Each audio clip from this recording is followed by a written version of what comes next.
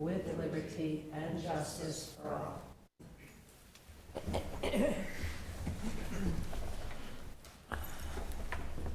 Pardon my voice. Good evening and welcome to the January 3rd, 2023 Board of Selectmen's meeting. On the agenda, we have public service. We have moment of silence, public service announcements, executive session, town administrators update, LED street light update, impact shifts memorandum of agreement, fire department, department reports, economic development, action items, consideration and possible action on the confirmation and appointment of John Rice to the Special Events Committee for a term to expire January 3rd, 2026. Consideration and possible action on the reappointment of Janet Guerin to the Board of Registrars, term to expire March 30th, 2026. Consideration and possible action on the Board of Registrars vote to opt out of the offering in person of early voting for local elections within the town of Sturbridge. Consideration and possible action on a common victualler license for Altruist Brewing Company, LLC, located at 559 Main Street, 105. What's the 105, Michelle? They're sweet. Oh, It's only listed on the license as 105. Oh, so it's the sweet 105. it's probably your sweet. Okay, thank you. Consideration and possible action on the confirmation and appointment of Barbara Search to the Municipal Affordable Housing Trust Company as the CPC representative for a term to expire January 3rd, 2025. Old business, new business, correspondence, and approval of minutes. Okay, first on the agenda, we do have public service announcement. Chase? I have none. Okay, Mary? Happy, healthy New Year to everybody. God bless. Hope 2023 brings you a lot of happiness. Jamie?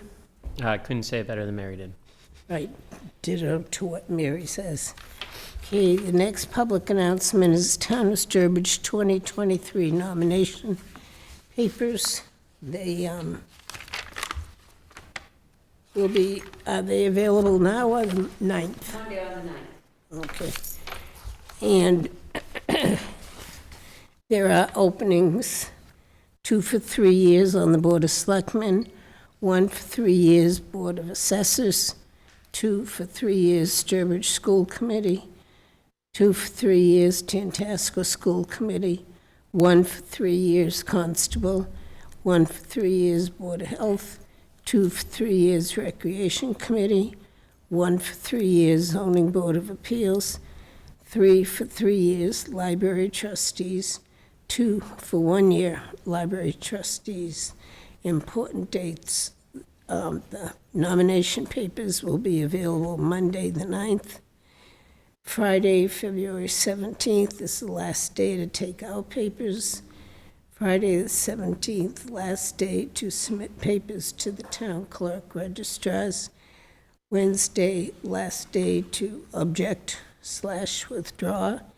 Friday, March 31st, last day to register to vote for the town election. Monday, April 3rd, last day to request a mail-in ballot. Monday, April 10th is the town election. Okay, and also from the town clerk is a reminder that the 2023 dog licenses are now available. Male and female dogs are $15. Altered dogs are $10. Current rabies vaccination records are required to license your dog. Applications are available on the town clerk's website as well as on the town census. Penalties will be levied after March 31st, 2023. That was quite a bit to read.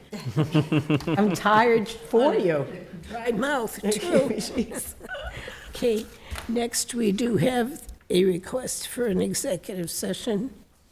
Okay, I'll make a motion pursuant to Mass General Laws, Chapter 30A, Section 21, Subparagraph 2, to convene an executive session in order to conduct strategy sessions in preparation for negotiations with non-union personnel, or to conduct collective bargaining sessions or contract negotiations with non-union personnel.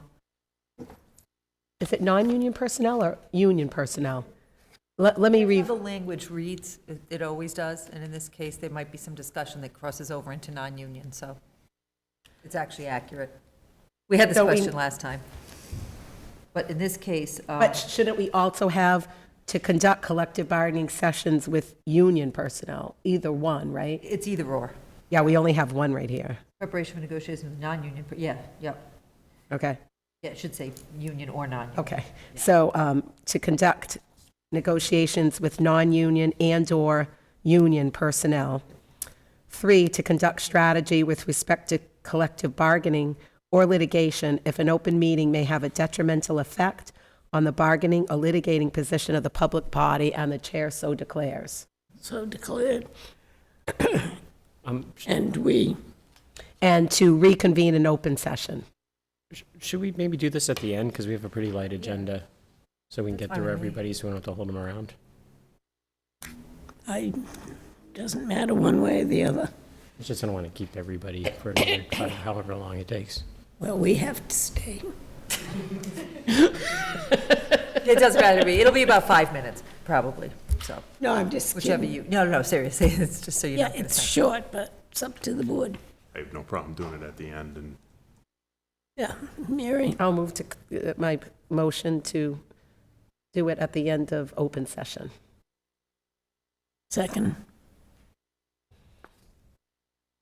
oh, second. How do we all vote? Don't we have to? Oh, yeah, yay. It's roll call vote. Yay. Yes. Yes. Yes. Yes. Follow Jamie there. Sounded like you were like Yeah. in Congress or something. Strict enough up here. All right. Okay, I don't know what's the matter with my voice today. Town administrators update.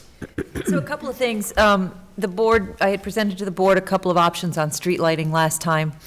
And we talked about the fact that with the privatizing of it, we could take, well, privatizing versus National Grid's version of private, we could take ownership of the lights as opposed to rent them from Grid. It was going to be approximately a $1.6 million savings over 20 years.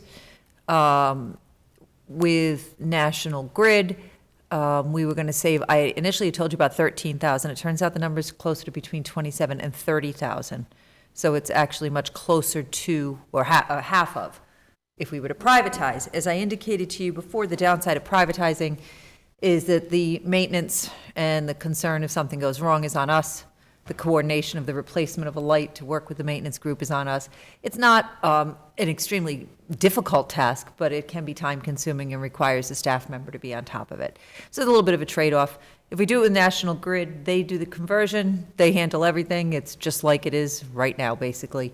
I did look into the cost of the lights. I think Selectman Dunnigan had asked about the cost, or Selectman Kubinski, I know one of you asked.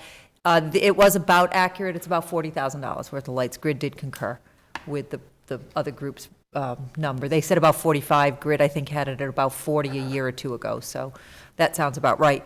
When I re-looked at the numbers, they're offering us, the private company is offering us a 3,000 kilowatt light. Grid has options for a high wattage or low wattage 3,000 kilowatt, or a 4,000 kilowatt high or low. So we actually have an option to go higher. The 4,000 kilowatt high or low ranges between 25 and 27 a year of savings, the 3,000 between 27 and 30. So it's actually two and a half times the savings that I had originally presented with you last time. I am still recommending that we look at Grid. We did speak with Mr. Blanchard, in fact, talked to the people over in Williamstown, I believe, and indicated, and I've talked to a few town managers.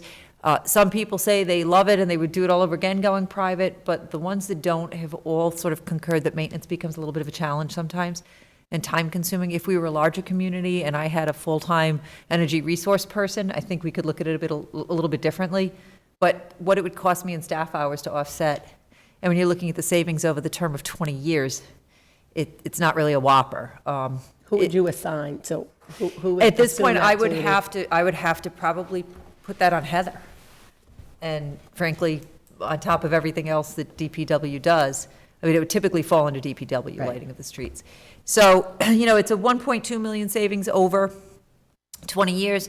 National Grid would be, 30,000 over 20 years, about 700,000 in savings. So there's probably 600,000 less in savings. Grid still has the incentive for the first year. We're still saving, it's just that we wouldn't be saving quite as much. If I had to hire somebody part-time to be part of this, that would offset some of the savings as well. I think logistically, it's just safer to go. And sometimes I don't want to sound like it's the easier route, and that's not always the best, but in this particular case, with something like lighting of the streets, we just don't want it to not be right. I know that there have been some questions on if they don't go in properly or they fail when they initially goes in, who's responsible for failed ones right up front. There's a little bit of a concern about that. I haven't necessarily gotten a clear answer on that one. So, I mean, I'm always a little hesitant not to go with the big savings, but this might be penny wise and dollar foolish. And I'm just comfortable with going with National Grid. However, if the board wants to go the other direction, it's not such a heavy lift that, we couldn't do it. Okay, questions, comments?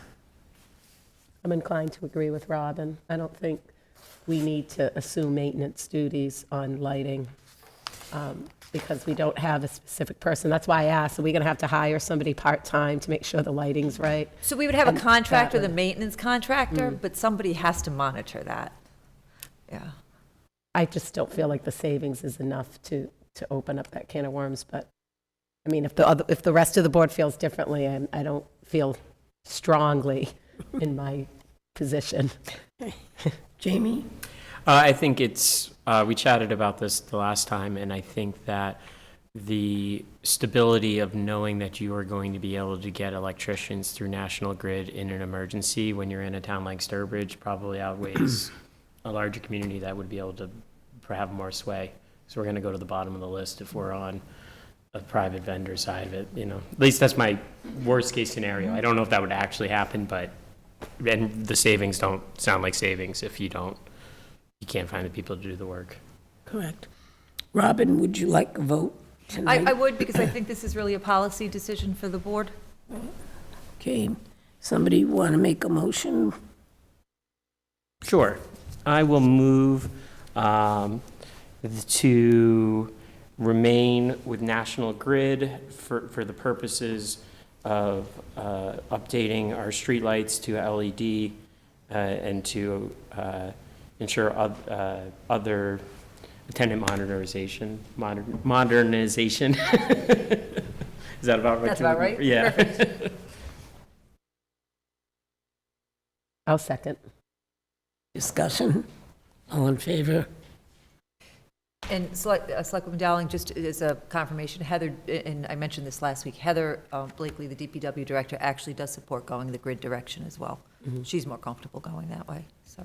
I mean, that's their thing, right? It's their thing, so. Okay, thank you. Impact shifts, this is just a formality. We hired the 2 new firefighters, which changed the way the scheduling works, because as you all know, fire scheduling is an entity unto itself. And it's just a memo of agreement. The chief has indicated that there's absolutely no increase in cost on our budget for this change in shifts. This has to do with the reduction of what they call Kelly days because of the way the scheduling worked and shifts worked. With the addition of the 2 new firefighters that you all had agreed to for January 1st, it now sets up where it's actually probably less overtime. So it's a better schedule, but it is a term of bargaining. Scheduling is management rights, yet there are references to the Kelly days in the contract. So we at least had to put it, for the 2 days, we could do it as a management rights issue, but it should go in front of the board just generally, because it's an addendum to the contract. Questions from the board?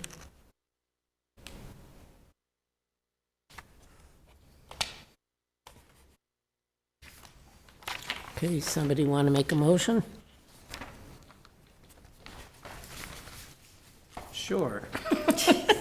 I will move to approve the memorandum of agreement has the impact shifts for the reasons stated by the town administrator.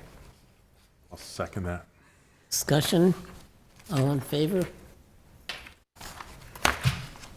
And then finally, I just got a memorandum, a letter about an hour ago, that we received $199,924 in a green community, in our green community application grant, $71,540 for Burgess Elementary School LED lighting, $1,503 for idle right devices. These go on our police cars to idle them down to save fuel and environmentally. $59,051 for Josh Hyde Library air source heat pump, and $67,830 for the public safety complex to get better building controls, temperature and HVAC controls. I'd like to thank Robin Schrabatz for this, our facilities director, and Jean Boubon. We transferred this Green Communities from Jean to Robin this year, and Jean assisted Robin in that transfer of duties, and Robin did a great job pulling this application together. So just under $200,000 for the town. That's great. Were we expecting about that much? Or It's what we asked for, and we've been hopeful to get it. We've been fortunate to be getting them with Jean at the helm, and we were hopeful to continue. And then we'll max out at I think it's $750,000. We'll probably max out next year. But we've really been successful as a community in getting these and using them. That's the most we can get? Yeah, I under think the we green cap at some point. I think they cap a community at some point, but they may change on that with some of the emphasis that's going on now. They used to do the streetlights through that program and don't anymore, but National Grid will still get some incentive on the lights. So we're doing well on the green communities front, but that was good news to get an hour ago that everything we asked for, we got. Good. Could we get a copy of it Absolutely. when Michelle's not busy? Like I said, I just got it an hour ago, else you would have had one. And that is it from me. Happy New Year, everyone. Yes. Okay, next we have department reports, economic development.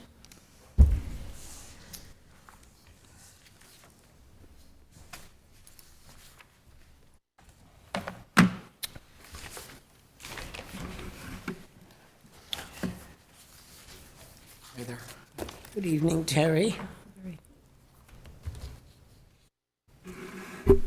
I'm going to start off with the meals and hotel figures, because they could give you an idea of economic activity, in real terms, and the table for meal spending and hotel spending. It's good to know that for 2022, meal spending returned to levels that it was at before COVID. It's also interesting to note that the town generates $65 to $70 million a year in meal spending, which is an insane amount of money to think about, 65 to 70 million? a year, yeah, which is it's a staggering amount of money. And that the COVID declines were not as steep as the hotel declines in terms of meal spending, that perhaps because of takeout and delivery, restaurants were able to somehow mitigate the full decline that the hotels experienced. So you saw it, and I also project here, based upon the current numbers from the Department of Revenue, that meals spending will, as I said, come out to under 64 million, because I've got 3 quarters from DOR, and we won't see the next quarter for another month to know what would be the end of the summer and the fall. Hotel spending is also returned somewhat so. If you look at 2021, it came in at 14.4 million, but you can see for the COVID year, it was 9 million, so it was quite a drop.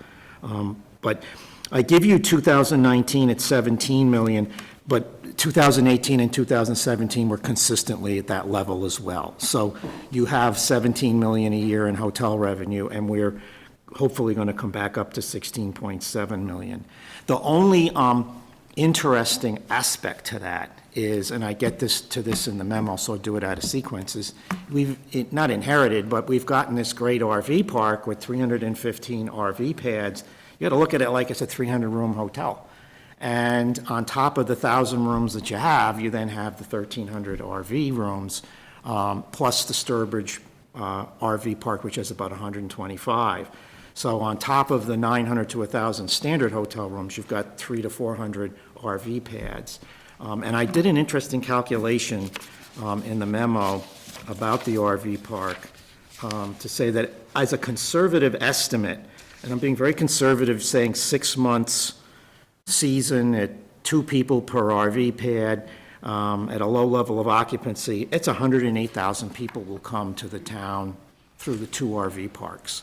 So that's a huge amount. And they're coming with disposable income, and they're coming from outside the state or further away than that. So that's a good news story. Retail relocations and departures. On an observational level, the retail properties on Route 20 and 131 seem well occupied. The one long-term vacancy is the Cinemagic space.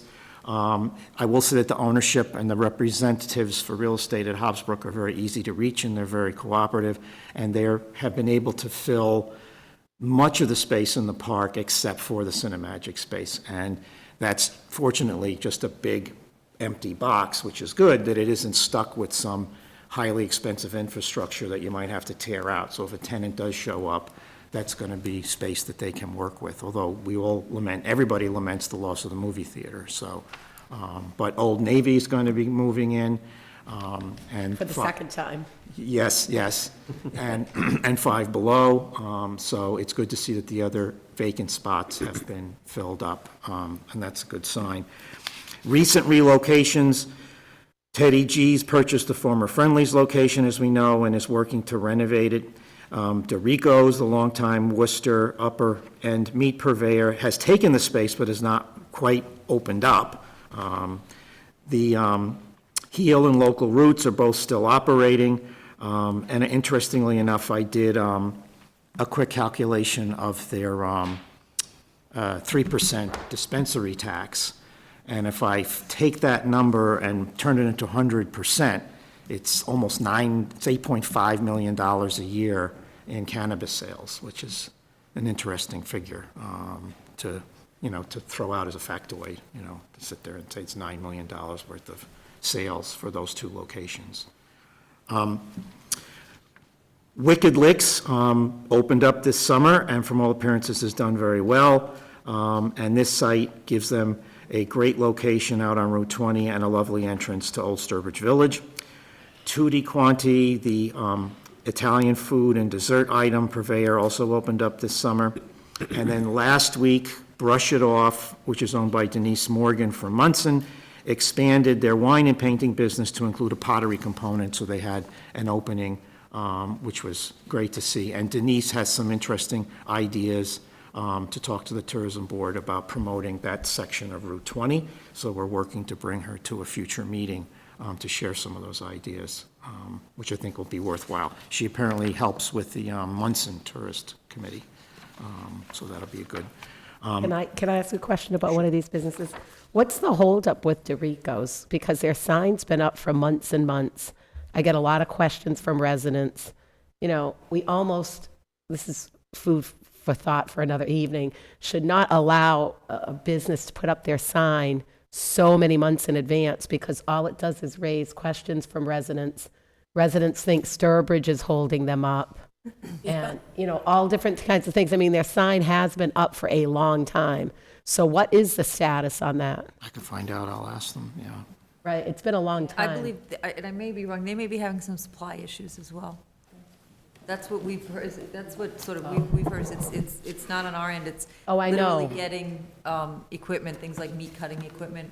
Right now, the backup on the supply chain is, and it was unexpected, so. I'm just saying, when Yeah. the signs go up, the tendency of residents is to think that we haven't given them some kind of license that they're waiting for. And I think everybody, I think the intent there was that they were ready to open from everything we had heard, and then they just couldn't get what they needed. So who would have thought, but apparently in the deli and meat industry right now, that's a big problem. And that was one of the reasons why the other business didn't end up going in up near Panera, with supply issues. So, we're seeing that. But yeah, let's see if there's a way we can be sure they're ready and have everything in place maybe before signs go in. We can look at that. I created a list of retail departures and vacancies for the last year and a little bit before that. And top of the list is the J.C. Penney space, which has been productively repurposed for a Planet Fitness and an auto repair, auto equipment. And there are 2 remaining retail footprints left there. The Santander building has become the Learning Academy. The Bank of America space remains vacant. Ravezzi's became a new use for housing development. The Jimmy D's space, which has been vacant for probably more than a year and a half, is still vacant. The Cinemagic space I still have listed as vacant. The Chamber space on Route 20 has been occupied by Wicked Licks. The ROM space just went vacant because of the retirement of the owner. Wildflower Kolaches recently closed. Stone and Sparrow recently closed. And on that note, I want to announce in a way that we're going to create an exit interview program where we go and talk to businesses that have left and ask them basically 15 to 20 questions and try to create a database, you will, of what was the reason for the move. Was it, a forced error, an unforced decision? Was it retirement, or was it because of business conditions? Was there anything that the town could have done differently? And I think it'll provide a very good framework to help us understand, whether some of these business relocations are normal or not. So that's, I think would be an interesting way to try to work off of some of these. I mean, if you add it up, it's 6 relocations versus 6 vacancies. But very recently, as I said, ROM's, Wildflower Kolaches, and Stone and Sparrow have left the retail landscape. On a positive note, any questions? No? Terry, excuse me, on that Bank America, isn't there a company in there? It's painting and decorating and I don't, there's something in there. there's something in there, okay. In Bank of America's building? Yep. So maybe we haven't been notified that something went in? Yeah. Let's check on it. I'll check on it, okay. Home-based businesses, it's very positive to note that there are 3 home-based businesses that are selling pottery and sweets. And the reason why I bring it up is because the home-based business today can become a retail business in a brick-and-mortar location the next day. So we've taken the liberty of putting them on our tourism website. Even though they're not quite a brick-and-mortar institution, there's still something you can order online, you can order over the phone. And so I've gone ahead and done that. And that is the Work of Art Cookies, Just a Nibble, and Twiddle Tees Pottery. Work of Art Cookies and Twiddle Tees Pottery was at the Harvest Fest. They had tents at the Harvest Fest, which was great to see. Whoopie-Doo Cupcakes also started as a home-based business, and they won the Business of the Year award this past year. And they have a change in ownership. They have a new owner. The person who started the business has moved on, and she in fact started it in the garage of her house. So it's another example of that cliche of businesses starting in the garage. Exit interviews, I've made a mention of that.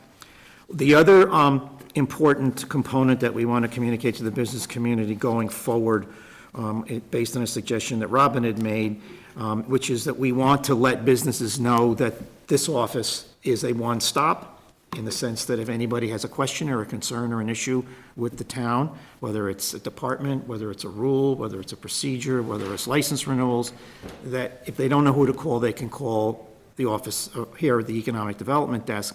And my job is not necessarily to refer them, it's more to try to solve the problem and do it with them and do it with the agency that's affected. So that's something that we will continue to do going forward, and we're going to publicize it on a higher level to say if someone's got a concern that relates to businesses, they can call here first, and it's our job to try to solve it without, doing that, of course. This is a new yeah. additional Yes. duty, I'm So, assuming. in theory, what I kind of envision with this is someone wants to start a business in Sturbridge, they go to economic development in our town, and they say, what do I need? What licenses do I need? What kind of zone do I have to be in? Can I do what I want to do here? Can I do what I want to do out of my home? Do I need the health department? I also want Terry to start working on gathering databases of available space for lease or rent. We're not encouraging people to go rent from a particular person, but if they're looking for space and don't know where to start and don't want to pay to have a realtor do that, if we have a database, as people have, just some of even these numbers that Terry has here, he's got a good sense of what's available. What type of parking they're probably going to need. They can, he can coordinate with Nelson so that we don't have people trip up. We don't have situations where Michelle happens to be driving by and says, oh, they don't have a vitrilling license, and try to backpedal and get things done. So this really is a business-friendly mindset to encourage particularly small business. The larger businesses don't need it. You get a Planet Fitness coming and they pretty much know what they need. But you get a small startup business and it would be helpful to have a resource. So this really, we're sort of branding it One Stop Sturbridge, and we'll roll it out publicly as something that we offer. Two examples would be on a small business location, is that an individual called me who was an owner of a service station building that had an empty component of the property that he had the right to put another business in. So he wanted to know who to talk to and how he could get it approved, and I walked him through what he would have to do and introduced him to Gene, and then assured him that if he was going to actualize those plans, to, again, come here and make sure we can work with you going forward so there's no, concern or red tape. Establish checklists and routing slips for people to know that they've checked off every box before they're actually ready to open the door. Another good example is that the public house had expressed an interest in maybe at some point understanding if they were to renovate some of their existing rooms or look at redeveloping some of the property, what would be available for them. So what I did was I went to Mass Development, and I went to the Office of Economic Development for the state. I had a conference call with them to identify what kind of financing opportunities would be available for a hotel to do refinancing, rebuild rooms, renovate buildings. And they gave me a identification of what Mass Development could do, what SBA could do. I created a letter, and I sent that to Mike Harrington as a way of saying, if you do this, this is available for you. And all you have to do then is let me know, and then we will have Mass Development and SBA come and speak to you. So it saves them the whole time and effort to understand, well, where do I go? Who do I talk to? What's the path forward? This was my way, and it also was a good way of encouraging this, to say, if you want to do this, here's some resources that are available to help this happen. And so that's as Robin pointed out, some of the larger businesses, they kind of know, some of the smaller ones may not, but it's all a way of trying to make sure that there's not this, there's more of. Yeah, we really want to be perceived as small business friendly, and sometimes we're not. And we've talked about this recently we're having a meeting Thursday on the whole licensing process, because we're hearing back from small businesses and our own staff. The process is confusing, the renewals are confusing, there's a whole back and forth on it. So these are the types of things, I want Terry, when they start up, to be working on that. We're going to collectively, as a staff, work on the licensing process. I think being business friendly in a town where the backbone of the town is small business retail, making us as absolutely business friendly and easy to do business in as possible. And then on that note, going along with the exit interview question and the one stop, not to interrupt Terry's report, but we've keeping Terry busy. The other thing to look at is one of the reasons that we're suspect a lot of people are going out of business, or like Burger King shutting during the day, is they can't get staff. And we'd be curious to hear on these exit interviews what their staffing experiences are. And I think the next step for us to look at is how the town can coordinate some types of career fairs, find out what people need, how are we going to recruit, work with the chamber, work with local colleges and internship programs, and see what we can do. Because one of the reasons we're sort of a little suspect on the meals tax is that restaurants are not able to open at full capacity right now. We know the public house closes at 7 o'clock on a Sunday for serving food because he can't staff it. He said, I have to let my people go home. They can't work 7 days a week, 7 nights a week. That's a lot of money lost in a hotel when they're not serving food after 7 o'clock. So, those are the types of things to deal with all this. And it all sort of goes together with being very business-friendly. If we can even assist the businesses in a hiring process, anything we can do to make their lives easy to keep that, frankly, that revenue stream coming. Sorry. No, not at all. I think it's Excited also about this interesting stuff. that many of the businesses in town are locally based. Either the employees work here or the ownership lives here, so there's an added benefit to providing this level of service to them as well. We discussed the Hobbsbrook vacancy and occupancy, and I gave you a table for that. In 2022, we resumed the Business of the Year Award Program, and offered, 200 votes were cast in the survey, and Public House, Bird Store and More, Old Sturbridge Village, and Whoopie Doo Cupcakes were winners. And we plan to start having the next Business of the Year Award program in February, so you'll be hearing about that. Who votes on that, Terry? What we do is we put up we put something on Survey Planet, and then we put it on the tourism website, and then we also send it out, and any resident can vote. The police department will notice it on their bulletin board, and we'll put it on our Facebook page for the town, and then I'll probably set aside 4 weeks for voting. And what kind of response do we typically get? Well, we had 150 the first time it was 3 or 4 years ago, and then last year it was about 210. So we had more last year as well. So it does draw some interest.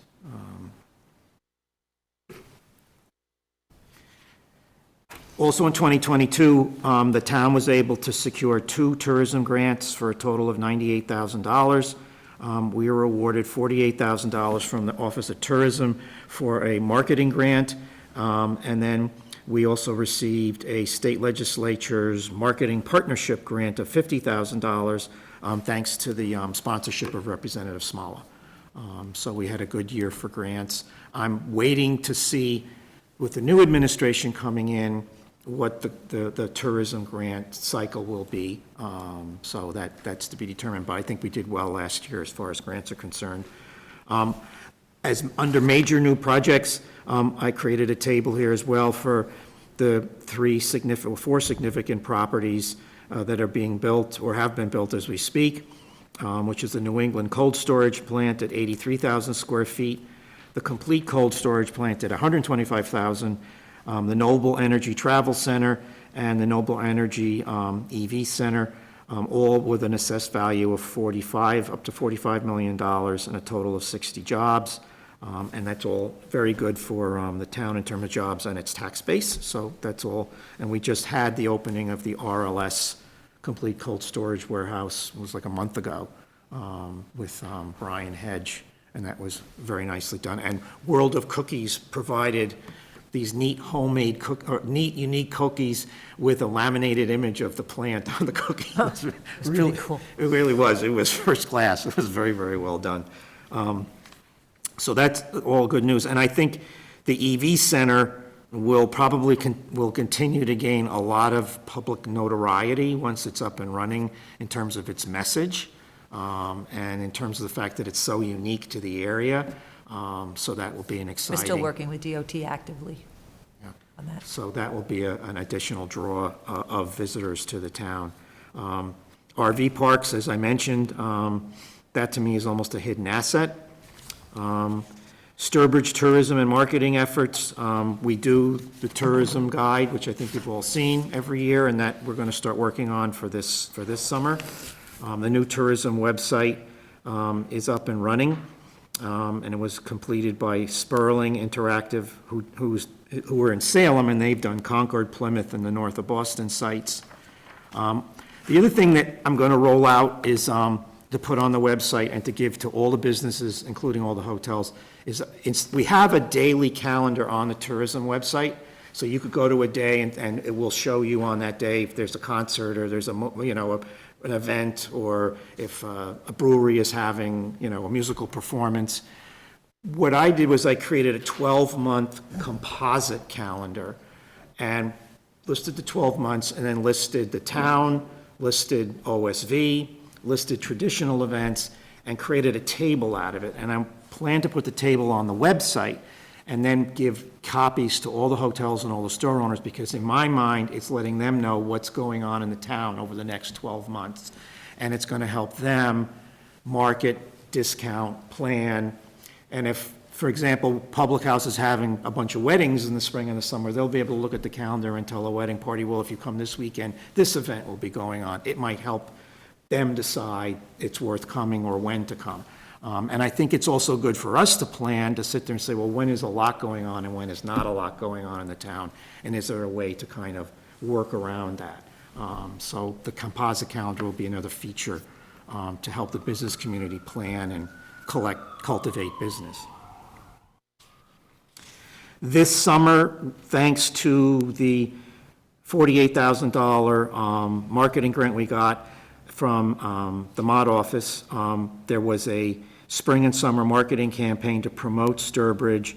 And in the table I created, it tells you that we did a series of digital ads, banner ads, email newsletters, and geofencing digital ads through Yankee Magazine, the Albany Times Union, the New York Times, Boston.com, and local IQ Digital. And it's very good to know that the STA has done a spring and summer marketing campaign this year, and we did one last year into the fall, and did another one in 2020 when COVID had hit.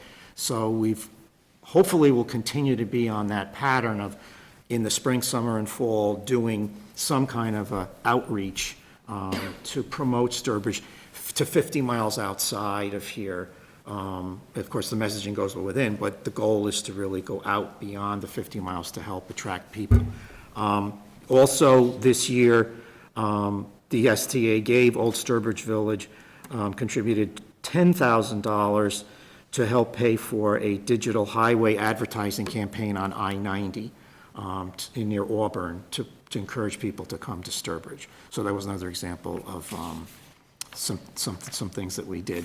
So those are some of the things that we're doing, and I'm happy to take any questions if anyone has any. Any questions, comments from the board?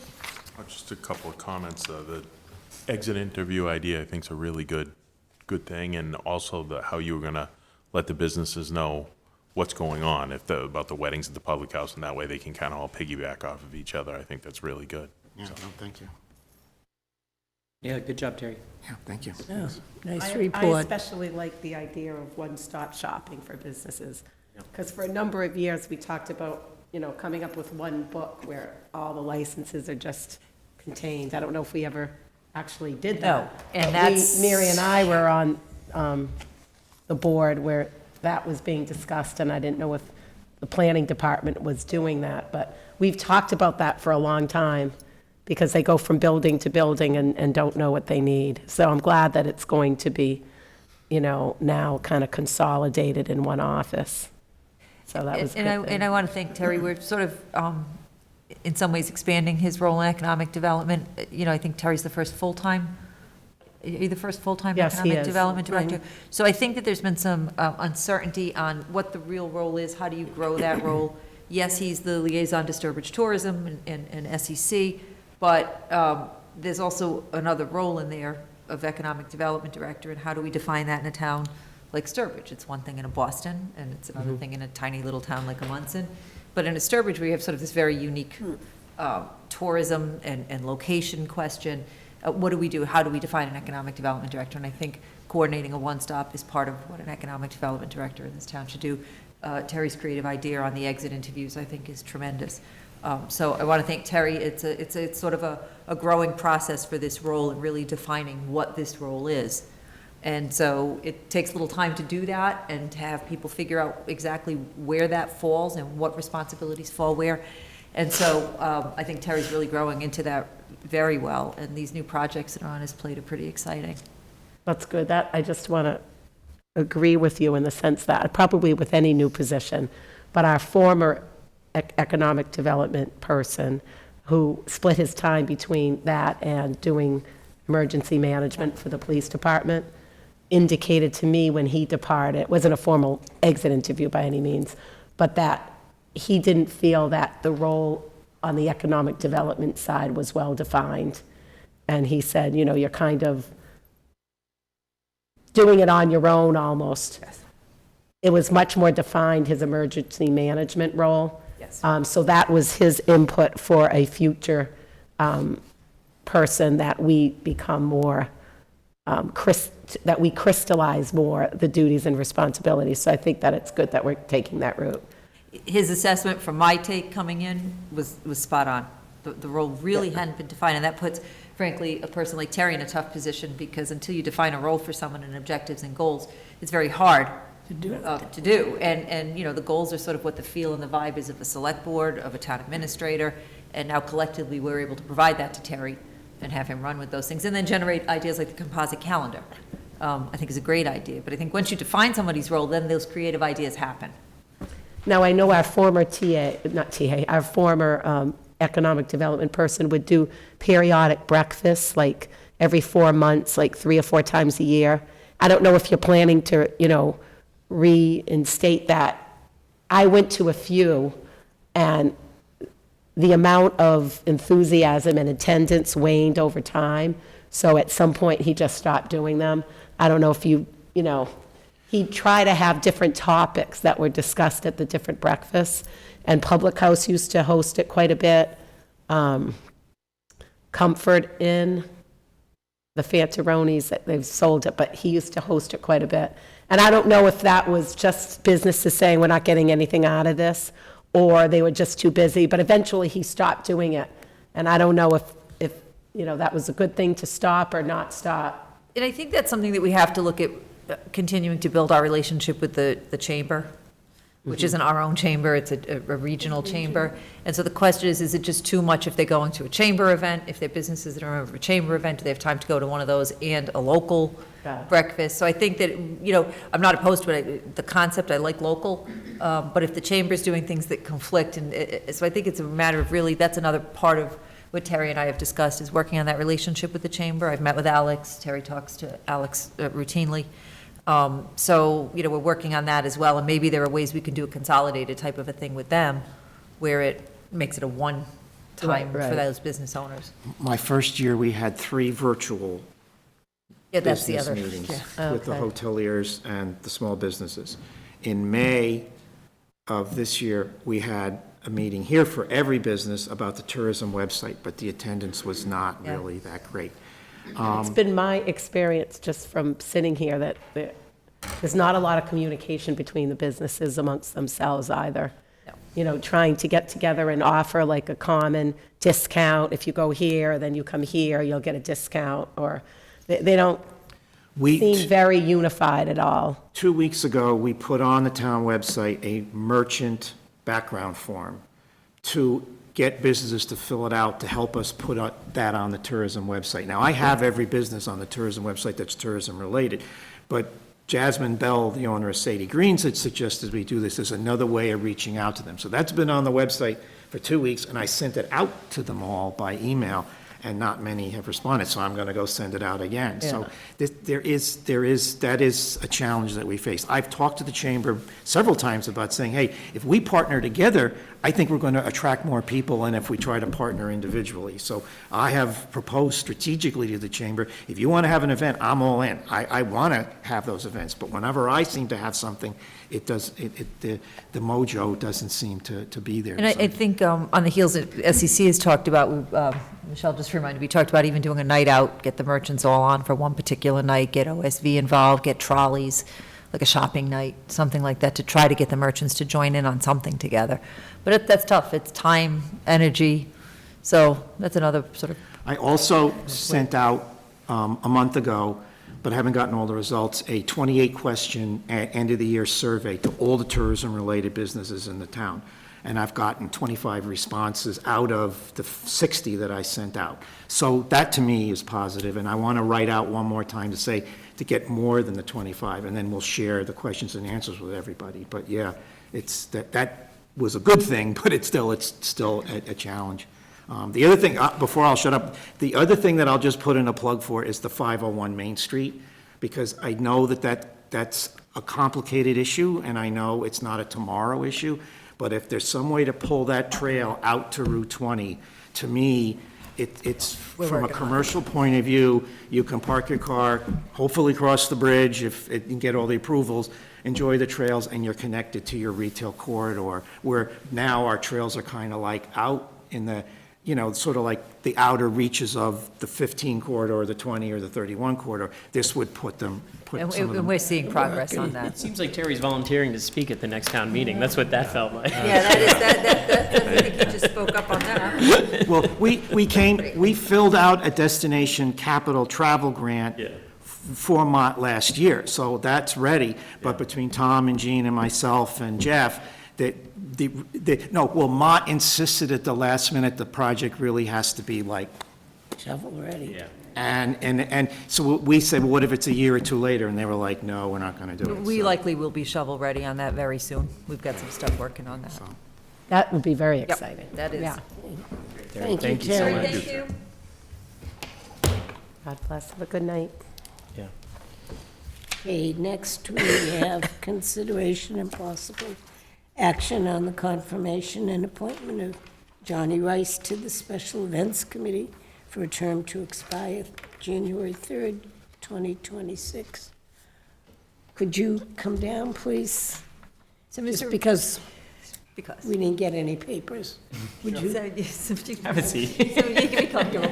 Mr. Rice, as you know, took over our Home of the Brave race, did a phenomenal job coordinating the race, expressed interest in the SEC. I'll defer to Selectwoman Dowling, who's worked with him on this race, if she wants to say a few words. I presume absolutely she does. do. I'm thrilled that he has stepped up. A few of us, we've had an opening posted for a while, for several months, and when Johnny did such a great job and had such great ideas for our road race, we said, hey, there's an opening on our special events, and he's already come with a few good ideas. I don't know if you even want to share what those are, but I'm very excited about the idea of filling that fifth seat. And he's got some good ideas for next summer for an event. And he's extremely organized, increased our running participation, like doubled it, right? It was great, yeah. Within a year, and it was a pouring rain that day. It's a tough day. And Hurricane some blowing members through, of the yes. committee said, should we cancel this road race? I said, no, runners are pretty hardcore. They're going to come out anyway. And sure enough, they did. And we got people that day that registered that morning, even though it was pouring out. So kudos to Johnny for getting it together. So I definitely strongly recommend him. Okay, I guess we don't need, You could share your idea for, So I'll pitch the idea I'm very excited about, is the Festival of Giving Trees, which is based out of Southbridge. They raise a lot of money for the Cancer Center at Harrington and the Breast Cancer Coalition of Central Mass. And we have a chance to work with them to do a road race. What we're thinking about is something like a Christmas in July, so that'll benefit the town of Sturbridge, bring folks in. It'll build on what we've done with the race for the veterans, and there's a whole bunch of folks that'll be helped by it. So I'm excited about the opportunity. Again, Terry and Mary and others have plenty of ideas, so I'm interested in supporting what those are. And then if we can do that race as well, that will be pretty phenomenal. but Christmas in July, with the trees and everything that they do at the festival in the winter. It's a very popular event at LaSalle and Southbridge. And all the Sturbridge businesses participate. I don't know if people are familiar, but they all will come up with a tree. The brewing companies had one, Sturbridge restaurants had one, and then they raffled the trees off. I'm saying for the benefit of people watching. With tickets, and the trees are raffled off. They have gift cards to their establishments. But if we did something like that in the summer, I think that would help summer retail, because I don't imagine retail in the summer is anywhere near what it is in the last quarter when it's Christmas and the holidays, so. Get that meals tax right up there. Yeah. And like I said, Johnny's very organized, so I'm sure he'll follow okay, through. anyone else have a question or anything? No, thank you for volunteering. Thank you for your Thank you. participation. Thank you all very much. Thank you. Now, this is your appointment, so we don't have to. You vote. Oh, we do Yeah, vote? subject to advice and consent. Yep. Somebody want to make a motion? I'll make a motion that we appoint Johnny Rice to the vacancy on the Special Events Committee, or that we support the confirmation or whatever wording. Second. Any discussion? All in favor? Okay, next we have Consideration and possible action on the reappointment of Janet Guerin to the Board of Registrars, to expire March 30th, 2026. We have a letter, and she says, to the members of the Select Board, as my term of on the Board of Registrars is ending in the next few months, I am asking that I be reappointed to the position. I am extremely aware of my duties, and I am willing to serve professionally with the best interest of the voters in mind. While I would be filling a Republican position on the board, my party affiliation will not be factored into any decision, oversight, or comments I may have. My background is evidence of my character and commitment to fairness. Thank you for your consideration. Any questions, comments from the board?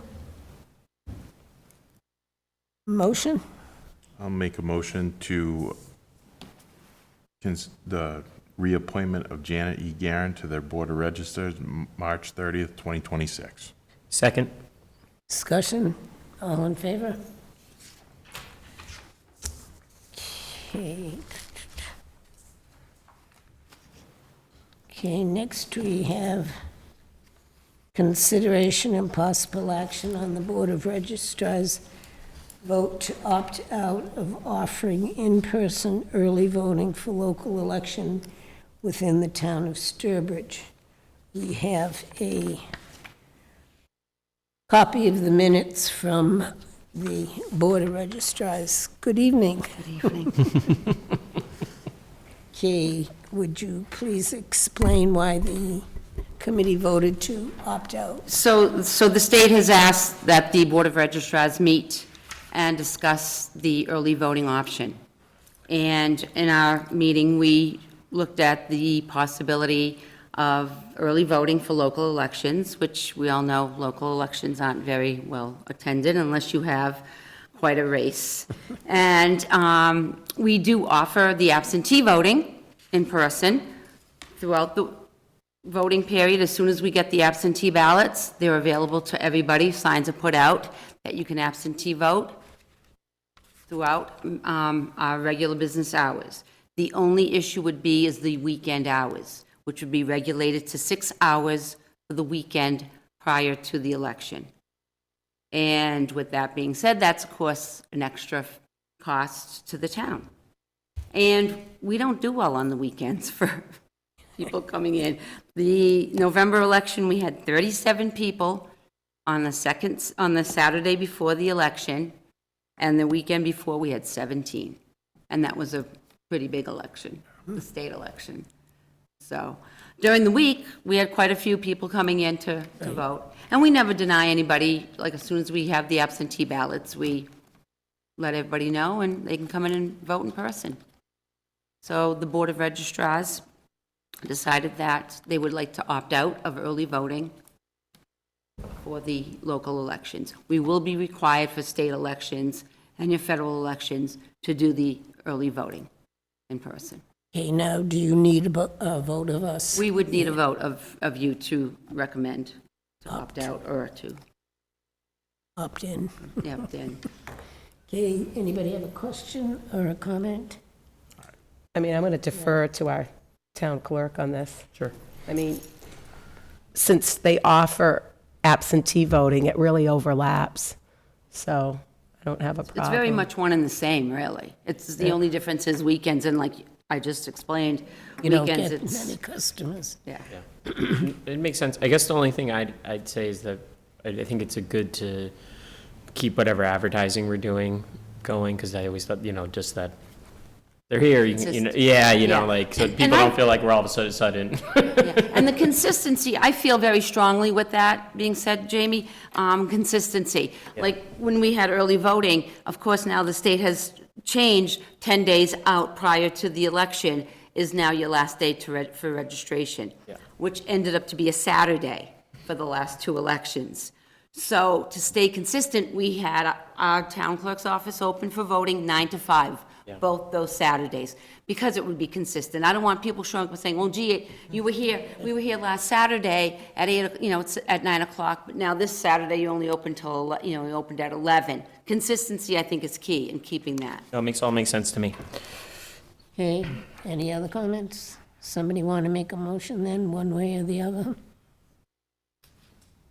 I'll make a motion to opt out of the early voting for the local elections. I'll second. Discussion? All in favor? Thank you very much. Thanks, Have a Lynn. nice evening, everyone. You always do a great job. Yeah, you guys do. Okay, consideration and possible action on a common victual license for Altruist Brewing Company LLC located at 559 Main Street, Suite 105. Sturbridge. Okay, Yeah, so this is a company that turns out needs a common vic because of the alcohol license. yeah, the food too, because they have a farmer brew license. Yep. The only thing I noticed, and haven't noticed it before in common vics, down at the bottom, will you bring your own alcohol? No, they can't have BYOB, yeah. I've never seen any BYOB at Altruist. No, but I mean, Oh. they should sign no, they have no intention. Oh, I'm sorry, they left it They blank. just didn't sign it. Yeah, Yeah. got Left it. it blank. So I don't know if you want to then vote it subject to them amending that? Yes. Or they'll receive the license once they amend it. Yeah, who made the motion? If We did it. I don't think we did anybody- yet. No, I will move to approve the common victorial license for Altruist Brewing Company LLC located at 559 Main Street, Suite 105 in Sturbridge, subject to a selection of no, or representation of no on the bring your own bottle BYOB box on the bottom of the application so presented. Second. Discussion? All in favor? Don't you remember we had a big ado about, Oh, of the farmer's brewer's license versus victim. well, no, the with rep. BYOBs. Oh, yes, I do, actually, yeah. Yeah. Okay, consideration and possible action on confirmation and appointment of Barbara Search to the Municipal Affordable Housing Trust Committee. This should have, oh, I'm sorry. The CPC representative. for- This should have gone on with the ones last week that we did of all the municipal. Yeah. Yeah, I mean, and everybody knows Barbara. Yeah. Somebody want to make a motion? Sure, I will move to confirm and appoint Barbara Search to the Municipal Affordable Housing Trust Committee as a CPC representative for a term to expire January 3, 2025. I'll second that. Discussion? All in favor?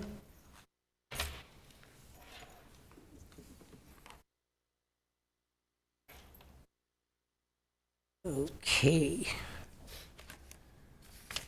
Old business. I have no old. Nope. Mary?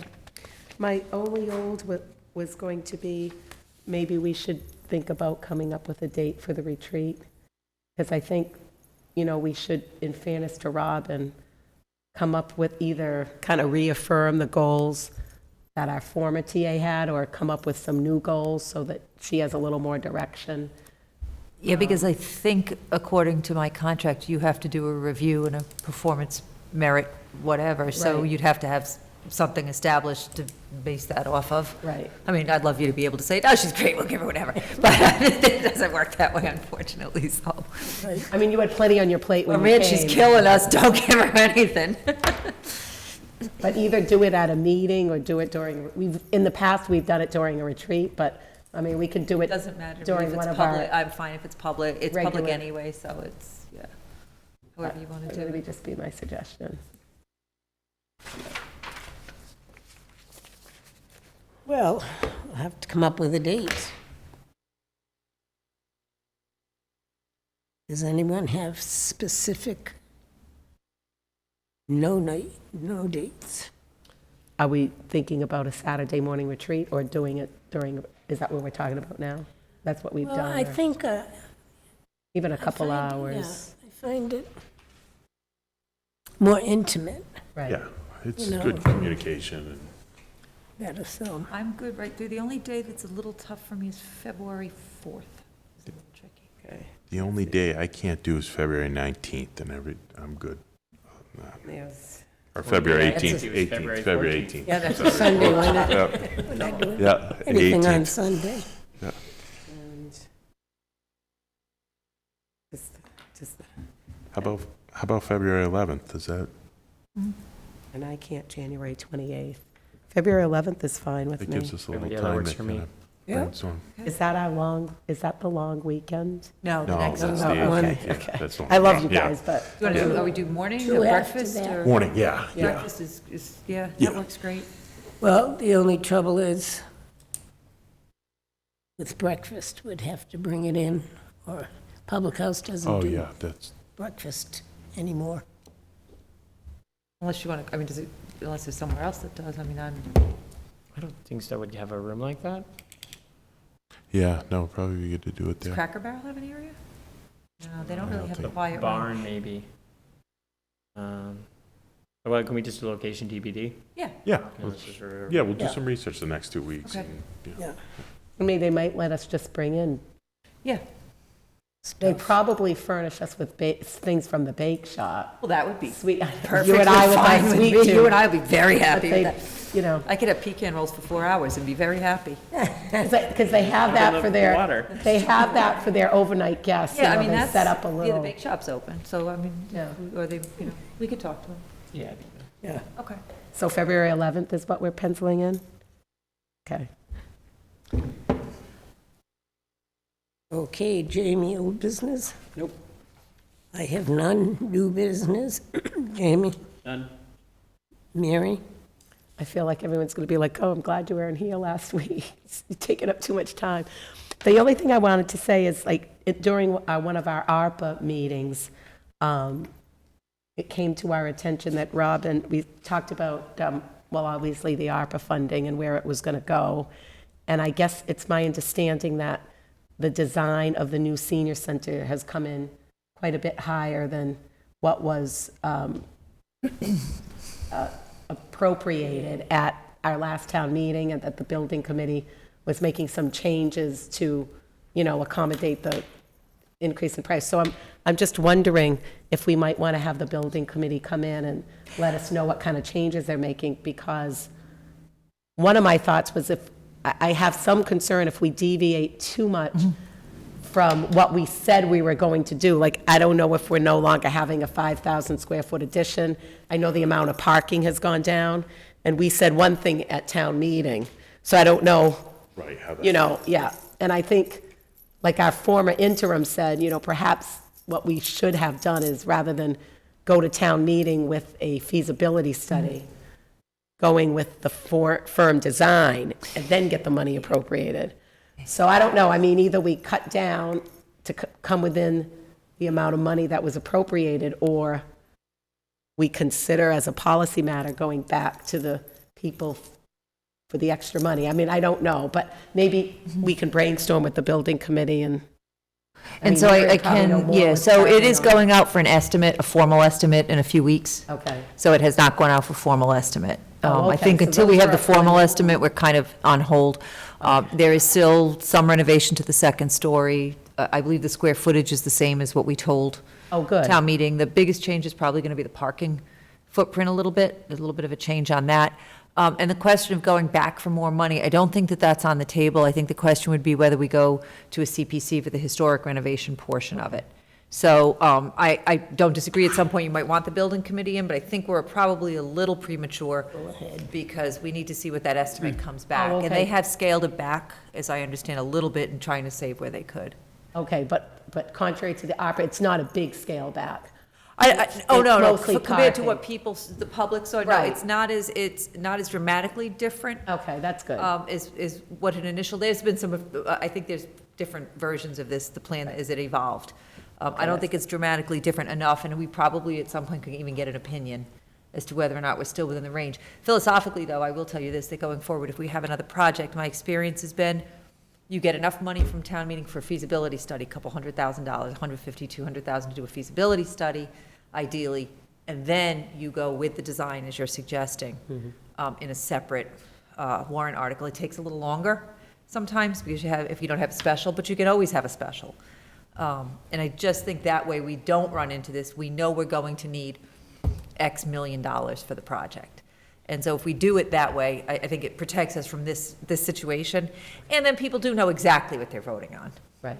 And in this case, there are some variations. And I think the warrant article is written with enough latitude to allow for that legally. Okay, that's good. But we will, at some point, I think I can probably just present to you an update on the designs.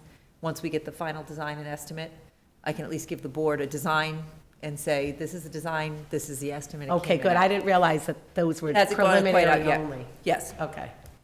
So I guess I'll take that suggestion off the table for now. Okay. And that's- Okay, new business, Chase? I have no, thank you. I have none. There is no correspondence or minutes. So, I didn't see any minutes, right? No. no. So, do you want your executive session? Do you want to do citizens forum? I think that, You're here for citizens. Oh, okay, Yeah, I'm citizens sorry, too. I should have remembered. Citizens Forum. So if we have a petition, first-time petitioners, or at least I am, does that go to somebody, or? Or? Okay, yeah, sure. Yeah, because Give it to Michelle, I yeah, guess. it officially goes to Michelle. have you? She's the only one with any authority. Did you submit it to the town clerk? We haven't, we actually finished collecting it just before the meeting, so we Oh. brought it with us. Okay, So 'cause it- sorry, we did it very it- quickly. It has to go to town clerk. The signatures have to be certified. Okay. Well, we're learning the process, so apologies for that. We are too. Okay, happy New Year. So I'm John Rice, as you know. I'm at 230 Podunk Road, and this is my neighbor Karen, who's at 234. between us is a barn property with a dance hall, which we did not assume would be problematic, but has been a huge problem. So there are events by two businesses. One is a nonprofit, and the other, as far as we know, is a profit school. And so while we have no objection to dance, and we have no, family that are dance and own dance businesses, the problem is that we're not allowed to sleep, essentially. They go well past 10 p.m., they go until 2 a.m.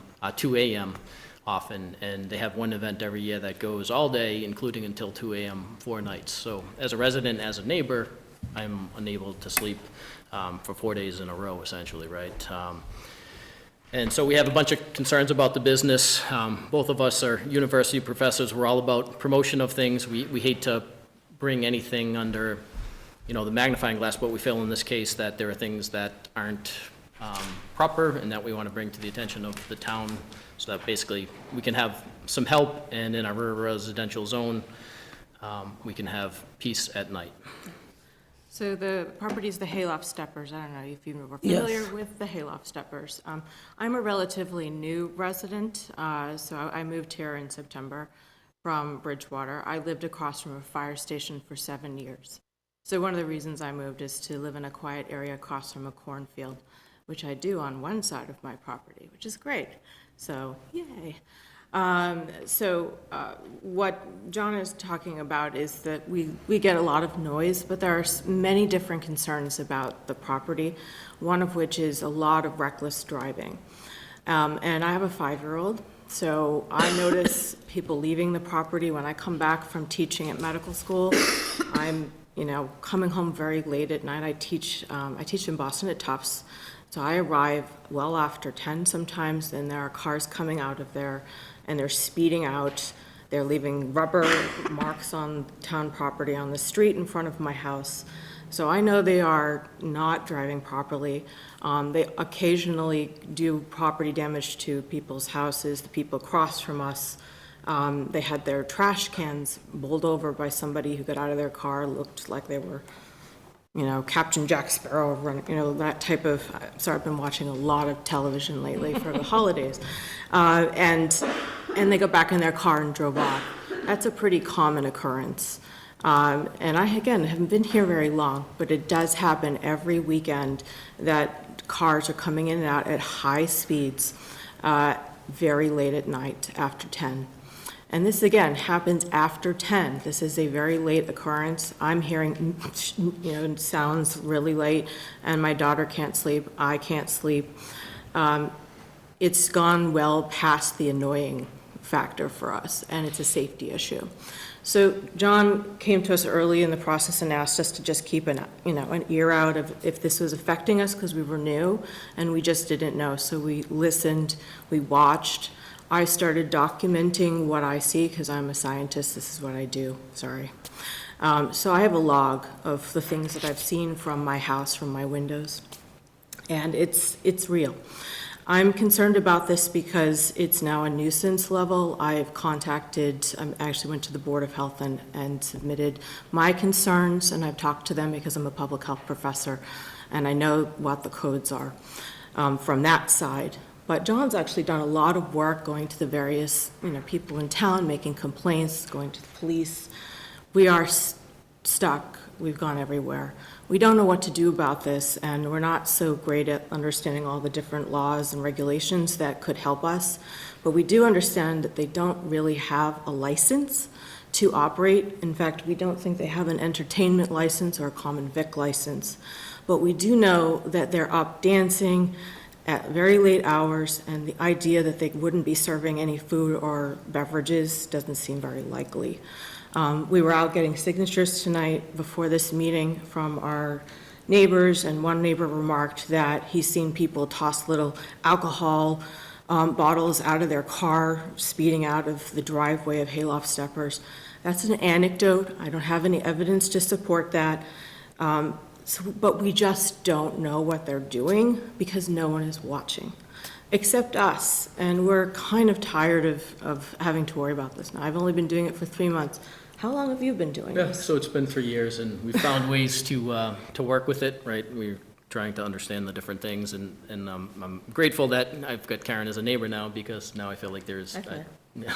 So, there's something through her work and what she's done, and, I feel a little hopeful now that, reasonable things can happen, right? And that's what we feel like what's happening is unreasonable, and we're trying to find where we can get to, things are reasonable in a residential zone, right? Just sleeping after 10 seems reasonable to us, for example. And We need your help.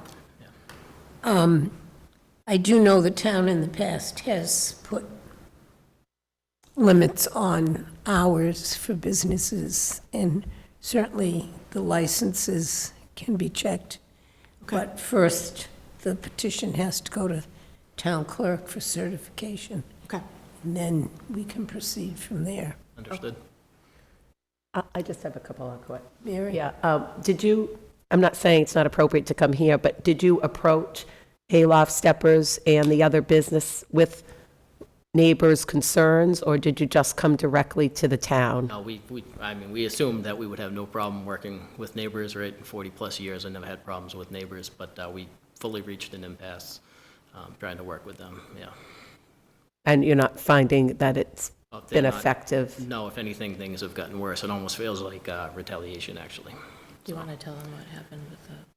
Oh, so what's interesting is there was, the video. So I got a call from Sturbridge Police today, which was interesting timing on things, that I have a no trespass order because the other night when they rent the facility to, for wedding events and things like that, there were burnouts and all kinds of noise next door. So it was about 10 o'clock. I had gotten home somewhere at 9 and heard the noise. And so I got out on the front porch as somebody's revving their big truck, revving their truck, and I got my camera out. And just as they pulled out, and I have on video from my porch, them doing a burnout, like the rubber she's talking about, and full throttling down Podunk Road. So I recorded that video, and then I shared it with the neighbors, just be aware that this is what's happening at night, the noise that you're hearing. And apparently, someone from the Hayloft Steppers saw that video, and because I recorded that video, they asked the police to give me a no trespass order, which again is a little confusing, so it's what it is, but, so, yeah. So you feel they're renting this facility out, like, because the Hayloft Steppers, you know, they do their thing there, and then you feel like it's being rented out, and Yeah. that's much wilder and much, There are Do you know for a large- fact that it's rented out, though? But by their own admission, yes. Yeah, they do say Oh, that they do say are, they yeah. rent I it. have heard that they are. We have, Okay, we have because, gotten- I mean, they've been around for A long a time. long, long time, and I'm just saying, you know, I don't know the hayloft, but there's never been any, It was farmers failed, yeah. like, That is- complaints, you know, for many, many decades, so I just wondered what is the difference now, and maybe it's the renting out of the space, it well, sounds and- like. And there are 6 houses that have now been built. They had farmers fields for neighbors. Right. My house is one of the only houses that was there, next to there, and so that was the only house there for many, many decades. They built many new houses there, including Johnny's house. So, you know, that's really the only issue. The way his house is situated is the hall directs noise to his house more than any other house in the area. And then my house gets the other portion of it because I directly abut on the other side. I get more of the parking lot, so when people congregate in the parking lot, I hear that noise more than any other noise. He gets the hall noise. It's a historic building, so it's not exactly insulated in any way. And you would expect people would make upgrades to keep it insulated, but that could be something that, you know, you would consider. It is very noisy. For New Year's Eve, I mean, I was upstairs and I could hear, you know, very loud noise up very late as I could stay up. The lofters went till 2 a.m., right? Yeah, they went very, very late, which, you know, you can make exceptions for really, you know, events. But that was a very large party of people. And you look at their events, and they look like they have wonderful events that are really great community events. They have line dancing, round dancing, which I don't know what that is. That sounds cool. You know, that are great, you should offer to the community. But we would like to figure out some common ground. They just don't seem to want to work with us on it. Yeah. Now, when you know, after you submit this to the town clerk, we'll move on from there and see what we can do. Okay. Okay? And in the meantime, I can, I assume the hayloft, are they grandfathered in that zoning? that's what because they've I been there believe so they long? are, but, right, they're still. I'm not saying that's a, They have a special permit, so we looked into all the records, even ahead because of it moving seems like in. zoning would be the first place to start, but I They are assume they're grandfathered in, yes. And I'm not suggesting you do this, but I'm just curious because it seems to be a problem for a few years. I know when neighborhoods have parties that get too rowdy, you know, the police are called to, you know, disturbing the peace, and it, you know, it's 2 a.m. and, you know, you have to end the graduation party now, for example. Have you said you've gone to the Board of Health, because they're in charge of noise, I know. Did you, like, So when it's been open nauseam- at 2 a.m., did ad you nauseam- consider calling the police, or? Ad nauseum to an embarrassing level. I've worked with Lieutenant Bateman and others at the police. They come, right, and they're getting off of the highway, they're speeding in, and the noise outside, it happens for hours, or, you know, or over a couple of hours where there's just the parking lot noise. When they show up, everybody's quiet, right? And so it feels ridiculous to have to call them. I was given guidance that I was supposed to call them, but when they show up, right, the parking lot isn't very loud when they're there. And then, so one of those nights where they had the multi-night event, right, so by the 3rd night that I haven't been able to sleep, I went down to the police station and filed a report, right, because I just had to get out of my own house because of what was going on, for instance. So I have tried to work, I thought that the police was the way based on other guidance, right?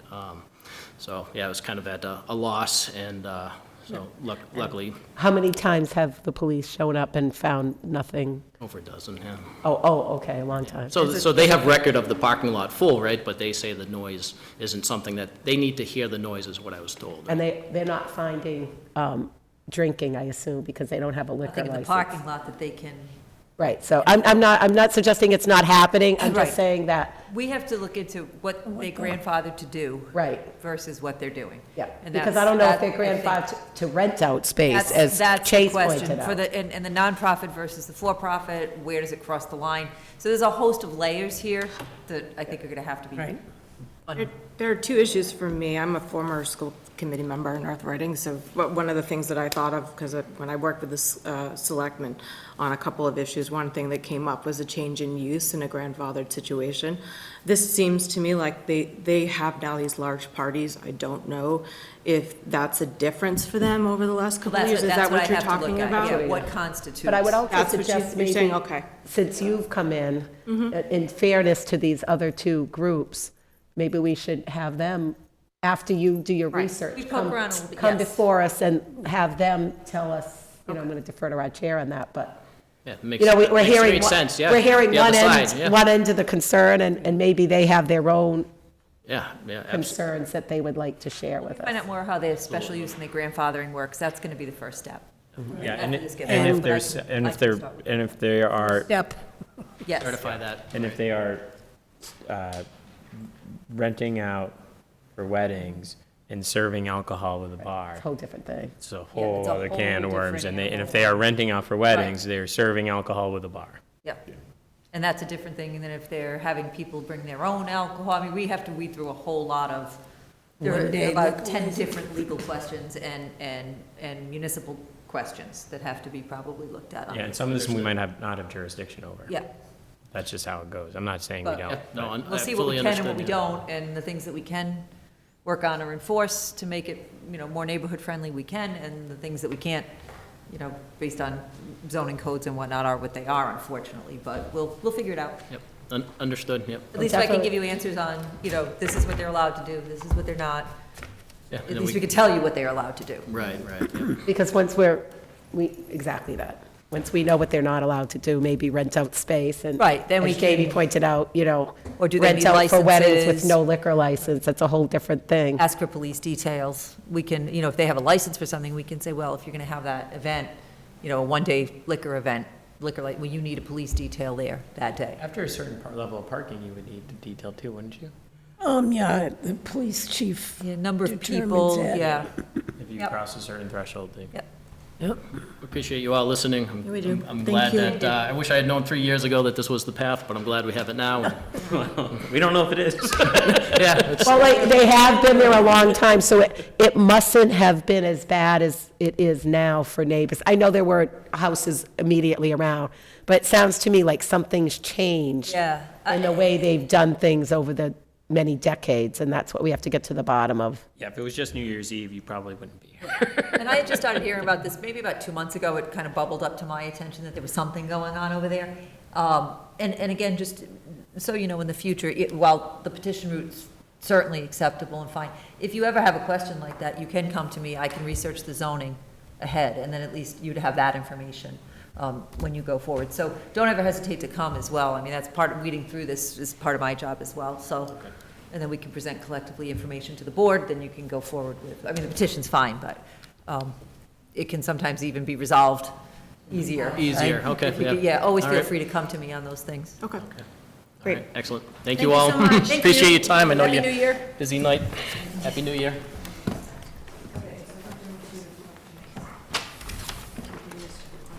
I'll be quick on executive session, I promise.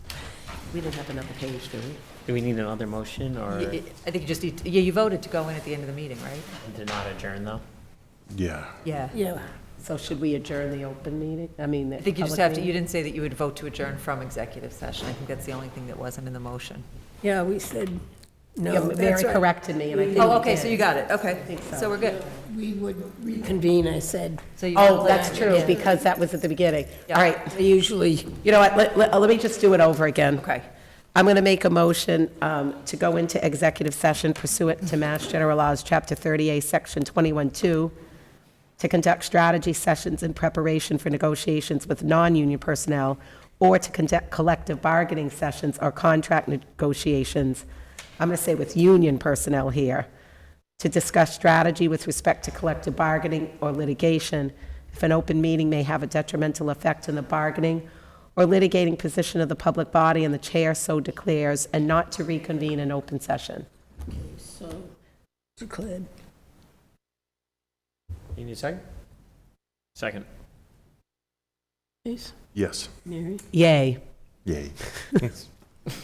And I vote yes. Okay, so very quick.